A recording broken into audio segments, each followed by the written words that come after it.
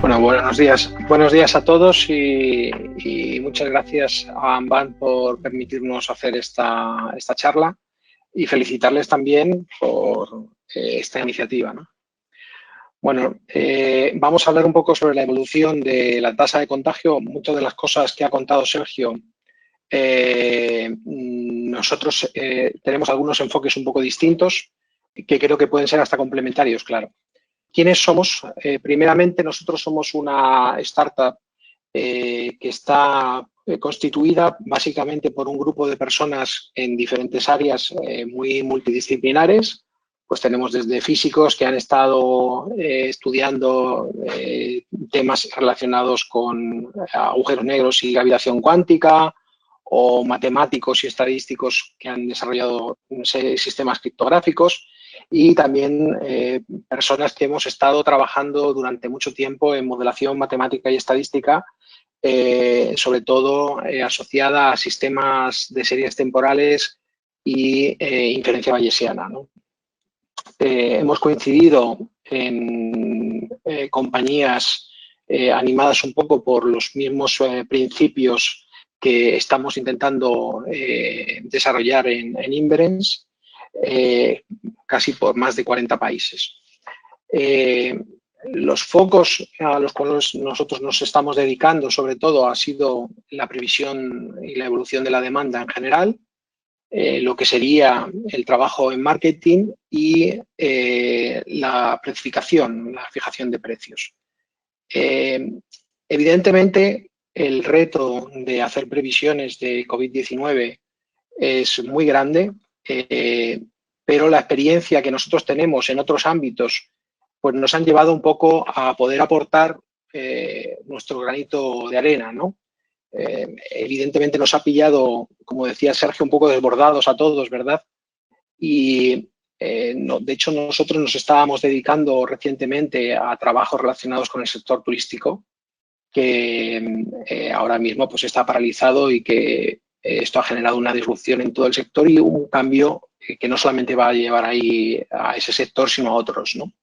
Pero como decía, nosotros queríamos aportar nuestro granito de arena a la comunidad, y lo que hemos hecho ha sido generar unos mecanismos de previsiones diarias que nosotros lo volcamos directamente para el bien público en la dirección que aparece aquí abajo de nuestra página web. Actualmente estamos dando previsiones diarias tanto de España como de comunidades autónomas y de otros países, ¿no? La primera cosa que hay que decir es que desde el principio nos regimos por un proceso casi de urgencia, ¿no? Porque la primera cuestión era identificar dónde están los datos públicamente. Yo creo que es cierto que la información existe y probablemente a niveles gubernamentales pues se tiene cierto acceso, pero infelizmente ha habido una cierta dificultad, supongo que es el proceso en el que estamos involucrados, de tener esa información, ¿no? Gracias a iniciativas, por ejemplo, como Dataista, aquí en GitHub, o otra página como Worldometer, pues son iniciativas que permiten tener la información de una forma accesible para el uso público, y que es a partir de ahí donde nosotros hemos comenzado a trabajar precisamente con esa información, ¿no? La primera cosa que hicimos es introducir modelos de fallecimientos, también pensando un poco por cómo estaría la información, ¿no? Y también por la importancia que tienen precisamente los fallecimientos, ¿no? Eran unos primeros modelos, como digo, muy de urgencia, unos modelos que intentaban basarse básicamente en la información y ajustar en principio un conjunto de modelos que se llaman ARIMA de función de transferencia, que básicamente son modelos que son modelos de regresión que el error es un error que tiene autocorrelación temporal, por decirlo así. El punto de hoy va a depender de lo que ha pasado anteriormente, ¿no?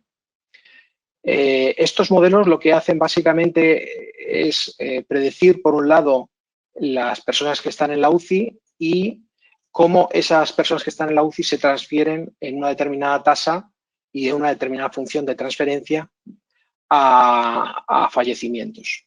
A partir de ahí, nosotros podemos generar, por tanto, las curvas que tenemos a la derecha, son la de arriba, pues la previsión de fallecimientos acumulada en el caso este es de España, y abajo, pues diariamente, cuántos fallecimientos se van a producir. Yo también me voy a permitir introducir algunas fórmulas, igual que Sergio en su ponencia anterior. Espero que esto no ahuyente a las personas que están ahora mismo escuchando, ¿no? Aquí básicamente estoy describiendo cómo es el tipo de modelo que nosotros estamos considerando, ¿no? Este modelo, en principio, como digo, es una representación de un modelo ARIMA más o menos sencillo, pero que permite dibujar curvas más o menos exponenciales. Y a partir de la información que teníamos en la UCI, a partir de este modelo ARIMA, introducirlo dentro de un modelo de fallecimientos, de tal manera que lo que estamos haciendo es introducir una tasa a largo plazo de cuánto esas personas que están en la UCI se van a traducir finalmente en fallecimientos. ¿Qué es lo que buscamos con este primer modelo? Bueno, pues lo que buscábamos era una respuesta rápida, inicialmente un poco con nuestra experiencia, y que aportaba dos características que para nosotros era muy importantes. La primera, la de poder experimentar y tener una medida inicial de un proceso que estábamos viendo que era explosivo, ¿no? Y la segunda, la facilidad también que permiten este tipo de modelos de adaptación y de introducción de otro tipo de análisis, ¿no? Y ya me estoy metiendo más directamente en lo que sería la información. La información al final cambia diariamente porque estamos escuchando noticias de forma constante. Al final nos hemos introducido dentro de un ciclo que es casi de 24 horas por 7, ¿no? En el cual pues nos metimos en el desarrollo de esta página web que la empezamos un poco de cero desde el inicio, documentando más esa documentación que hay sobre COVID-19, que todos los días pues hay noticias y cambios tanto en las regiones como en los países, en la regulación, en los procesos que hay de aislamiento, etcétera, que modifican la información que estamos recibiendo y que tenemos que de alguna forma adecuarla al propio modelo que tenemos, ¿no? Es decir, el modelo se tiene que adaptar a la realidad para intentar preverla, ¿no? Por otro lado, estos procesos, ya que nosotros los estamos haciendo públicos, pues tienen cierta repercusión y al final lo que ocurre es que pues hay personal de la prensa que empieza a interesarse y usa de alguna forma esta información y tenemos que estar respondiendo a preguntas que a veces pues no son exactamente el foco de lo que estamos colocando, ¿no? Pero que están evidentemente relacionados, ¿no? O por ejemplo, cómo va a evolucionar, un poco pongo abajo a la derecha, cómo son las tasas de evolución o de fallecimientos acumulados en diferentes países. Entonces, a partir de ahí, pues, vincular cómo sería esa nota de prensa, ¿no? Por otro lado, también nos hemos preocupado de estar relacionados con lo que sería la comunidad científica y más particularmente con la acción matemática contra el coronavirus que ha sido desarrollada por el Comité Español de Matemáticas, en el cual nosotros estamos prestando también desinteresadamente todos los días estas previsiones, ¿no?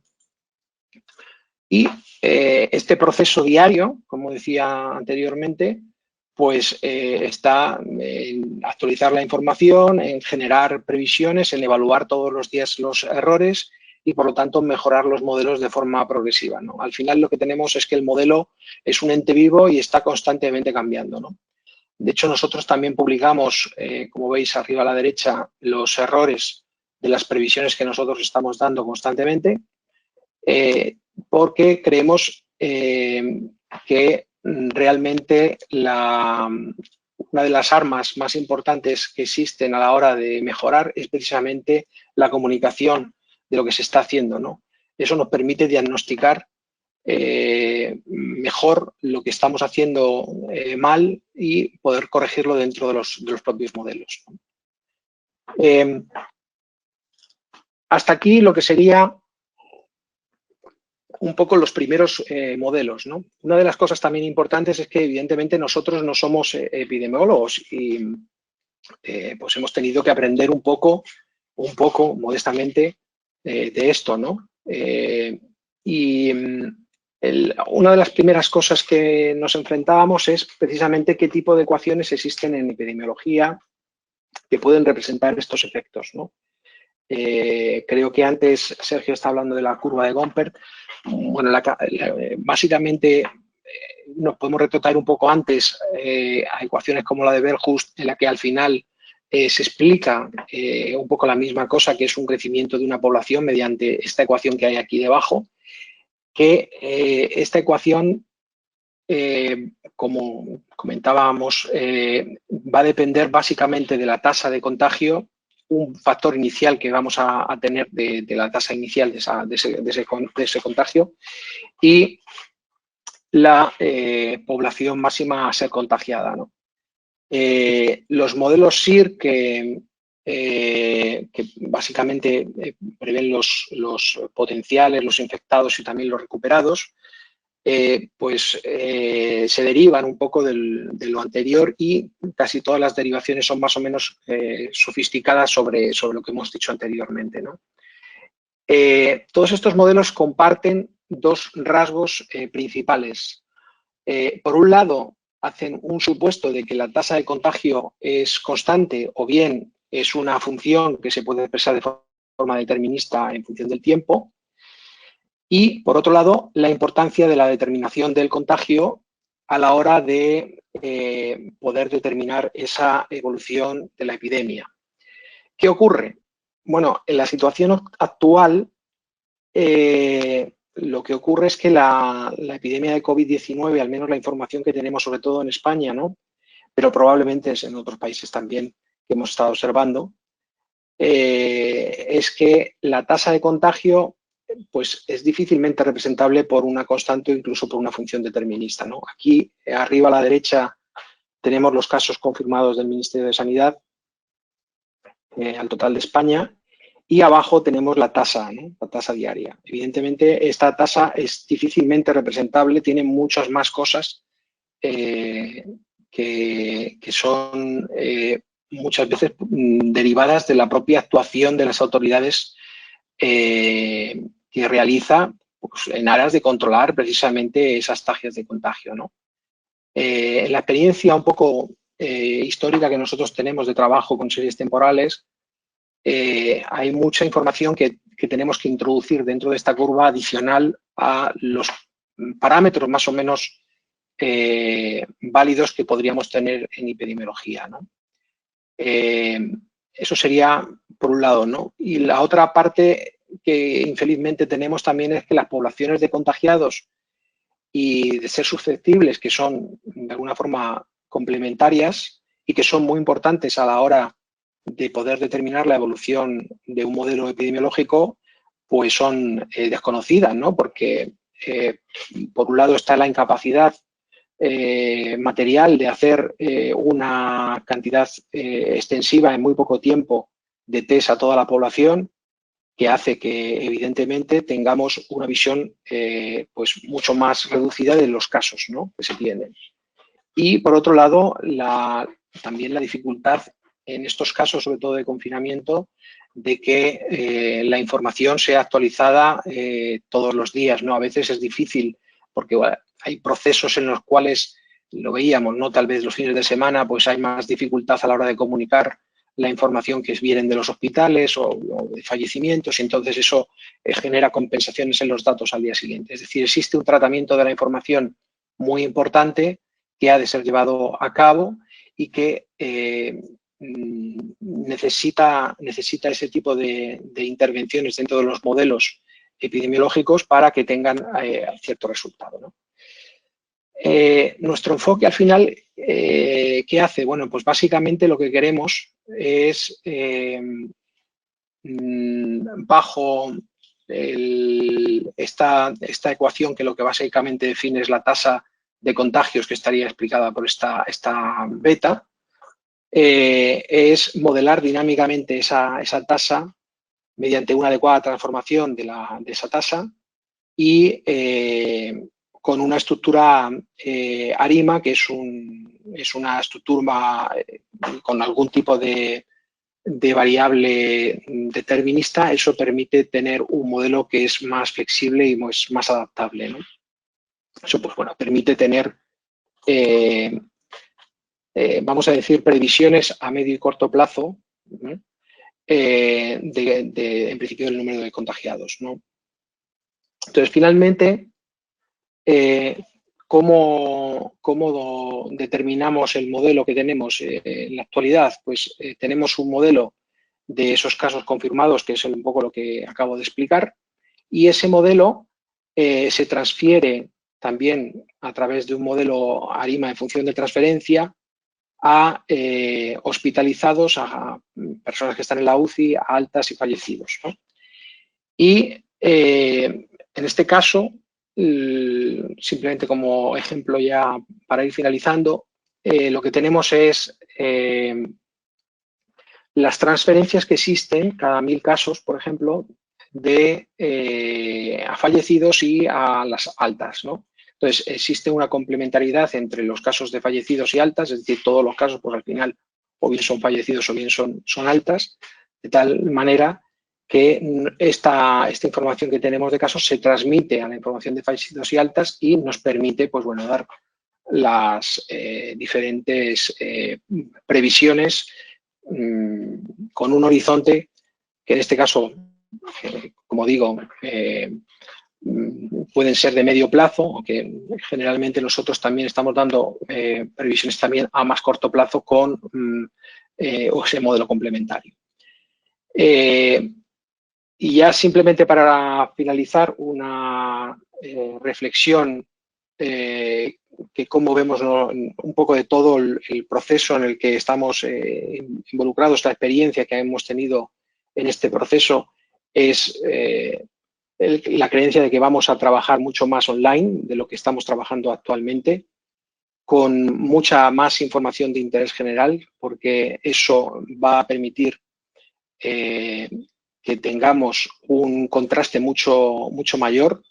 La importancia de tener información pública de las administraciones lo más actualizada posible, que permite que eso puede ser utilizado por muchas más organizaciones o por muchas más grupos de personas que están desinteresadas e intentando ayudar en todo lo posible.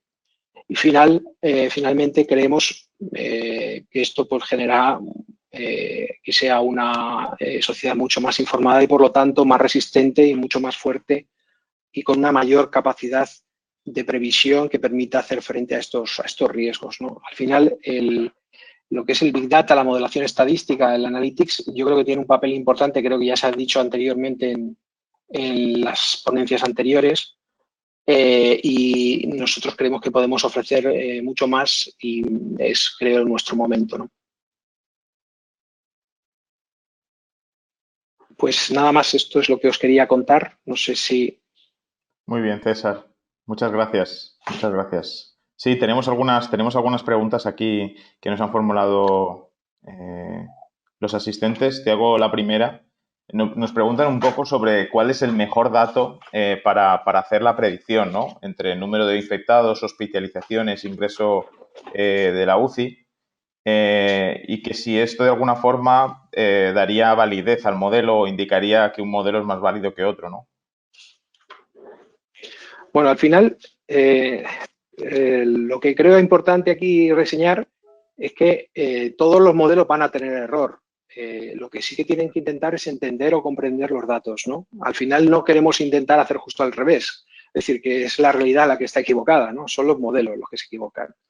Evidentemente que dependiendo del nivel de incertidumbre que tengas en la información, de cómo es la recogida, etcétera, pues eso genera que la planificación de tu modelo pues pueda ser más compleja o menos compleja o que se adecue más o menos a esa realidad, ¿no? Pero al final lo que tienes que hacer es comprender realmente cómo son los mecanismos generadores de la información. O sea, en un mundo ideal, pues claro, yo tengo que los contagios no tienen barreras, que nadie interviene y que entonces puedo aplicar un modelo epidemiológico de una forma perfecta, ¿no? Pero eso no ocurre en la realidad. En la realidad es que hay gobiernos, hay comunidades, hay personas que hacen acciones y que son esas acciones las que modifican la información. Y entender ese mecanismo es el que realmente tiene que ayudarnos, ¿no? Muy bien. Nos hace otra pregunta José. Dice un poco más a largo plazo, ¿no? Que ¿cuál creéis que es la predicción para España? Has mostrado algunos gráficos, pero entiendo que estará preguntando sobre cuándo va a acabar, ¿no? Sobre cuándo estimamos que esto va a disminuir totalmente, ¿no? Bueno, la verdad es que es muy aventurado. O sea, cada día, o sea, el problema muchas veces es interpretar bien qué es lo que está ocurriendo, ¿no? Cada día parece que estamos en bajada, luego resulta que llevamos 2 días y subimos, resulta que es que a lo mejor la información los fines de semana es peor, entonces eso hace que las tendencias se modifiquen, ¿no? Pero en principio, lo que nosotros estamos teniendo, una cosa son los casos, otra cosa son lo que serían las personas que están hospitalizadas, las UCIs, etcétera, ¿no? Cada una tiene un delay temporal, ¿no? Eh, pero esa información la podéis ver si queréis en la página que os he colocado anteriormente. Genial. Y te hago la última, te voy a hacer la última pregunta del bloque. Nos preguntan de por qué la estadística bayesiana en este caso podría ser un diferencial en la predicción, ¿no? Del virus. Bueno, la estadística bayesiana en general tiene una virtud y es que nos permite muchas veces huir de los sobreajustes. Cuando yo tengo mucho error, puedo estar y tengo variables que son muy correlacionadas. Eso puede generar que los parámetros que yo ajuste en los modelos pues tiendan a no ser los correctos, ¿no? La inferencia bayesiana precisamente introduce información adicional al modelo que orienta de alguna manera a que los parámetros o bien estén en una cierta región o que existan unas relaciones entre unas cosas y otras, ¿no? Por ejemplo, cuando nosotros estábamos hablando anteriormente de que los casos se transfieren a largo plazo, a bien a fallecidos o bien a altas, si tú no le dices específicamente al modelo que tiene que existir esas restricciones, eso es una información a priori, en una forma más o menos lasa, pues el modelo no se va a enterar, entonces va a prever las altas y los fallecidos de formas independientes y no tienen por qué comportarse a largo plazo como lo que sería la curva de contagios, ¿no? Entonces, en este sentido, la inferencia bayesiana yo creo que es muy importante porque permite un marco muchas veces conceptual que hace que la previsión tenga sentido, ¿no?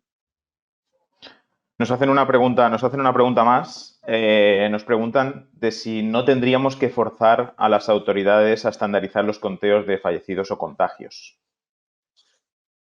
Porque, Este bueno, es un tema con este movimiento salen muchas noticias que en bueno, diferentes mira, países. este es un tema realmente muy controvertido, ¿no? En la actualidad, que yo creo que lo que hay aquí es muchos procesos que el propio sistema genera que se ven interrumpidos y que esos conteos, pues, o bien llegan tarde o bien no están del todo cuantificados, ¿no?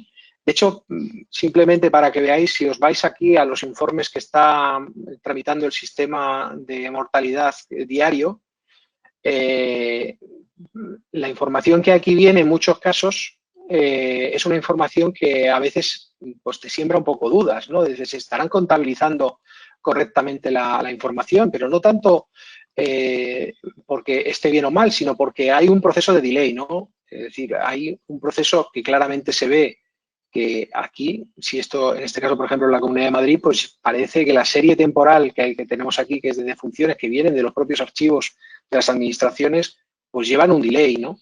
Entonces, todo lo que permita informatizar, hacer que todo sea a tiempo real, eso va a ayudar muchísimo. pero claro, todavía creo que estamos muy lejos de estar preparados para hacer eso.